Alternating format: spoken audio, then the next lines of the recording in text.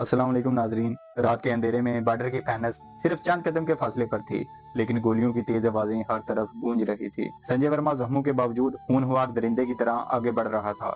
इसकी आंखों में नफरत की आग और इंतकाम की चमक थी। फहद ने अयाना का हाथ पकड़ा और कहा, ये आखिरी मौका है अयाना, अगर हम रुक गए तो सब खत्म हो जाएगा। अयाना ने फहद की आंखों में झांक कर जवाब दिया, मैं तैयार हूँ, आज हम दोनों पाकिस्तान के लिए अपनी जान भी दे सकते हैं, लेकिन हार नहीं मानेंगे। संजय चीखा, फहद खान, तुमने राह का गरूर तोड़ा, मेरे साथी मारे, लेकिन आज तुम मेरे हाथों से नहीं बच पाओगे। फहद ने अपनी बंदूक सीधी की, लेकिन संजय ने एक झटके में दस्ती बम निकाला और फैनस की तरफ फेंक दिया। धमाके से जमीन हिल गई और धुआं चारों तरफ फैल गया। ये धमाके तुम्हें पाकिस्तान पहुंचने से पहले खत्म कर देंगे, संजय गिराया। धमाके के शोर में अयाना ने एक खतरनाक फैसला किया, फहद तुम आगे बढ़ो, मैं संजय को रोकती हूँ। नहीं अयाना, मैं तुम्हें अकेला नहीं छोड़ सकता, फहद ने सख्त लहजे में कहा। फहद तुम पाकिस्तान के मुहाफिज हो, तुम्हारा जिंदा रहना जरूरी है। मैंने अपनी जिंदगी इराक के जुल्म में गुजारी है, लेकिन आज मैं पाकिस्तान की खातिर अपनी जान भी दे दूंगी।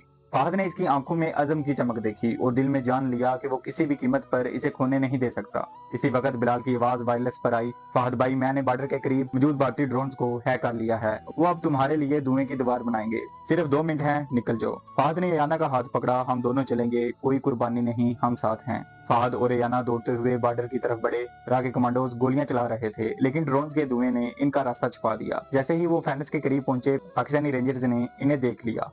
पाकिस्तानी एजेंट आ रहा है, कवर दो, एक रेंजर ने चीख कर कहा। पाकिस्तानी फौजियों ने जवाबी फायरिंग शुरू कर दी। संजय, जो जख्मों से चूर हो चुका था, फिर भी इनके पीछे बढ़ा। इसने फहद पर आखिरी गोली चलाई, लेकिन अयाना ने फहद के सामने आकर गोली रोक ली। फहद, वो इतना कहकर जमीन पर गिर गई। नहीं अयाना, फहद चीखा। गुस्से से पागल होकर फहद ने संजय पर भरपूर फायरिंग की। संजय जमीन पर गिरकर कांपने लगा, लेकिन इसकी आंखों में नफरत की चमक बाकी थी। ये जंग खत्म नहीं हुई फहद खान, राह कभी नहीं रुकेगा, वो ये कहकर दम तोड़ गया। फहद ने जख्मी अयाना को अपनी बाहों में उठाया और दौड़कर बॉर्डर पार किया। पाकिस्तानी रेंजर्स ने इसे घेरा और एक मेडिकल टीम फौरन अयाना के इलाज के लिए आगे बढ़ाई।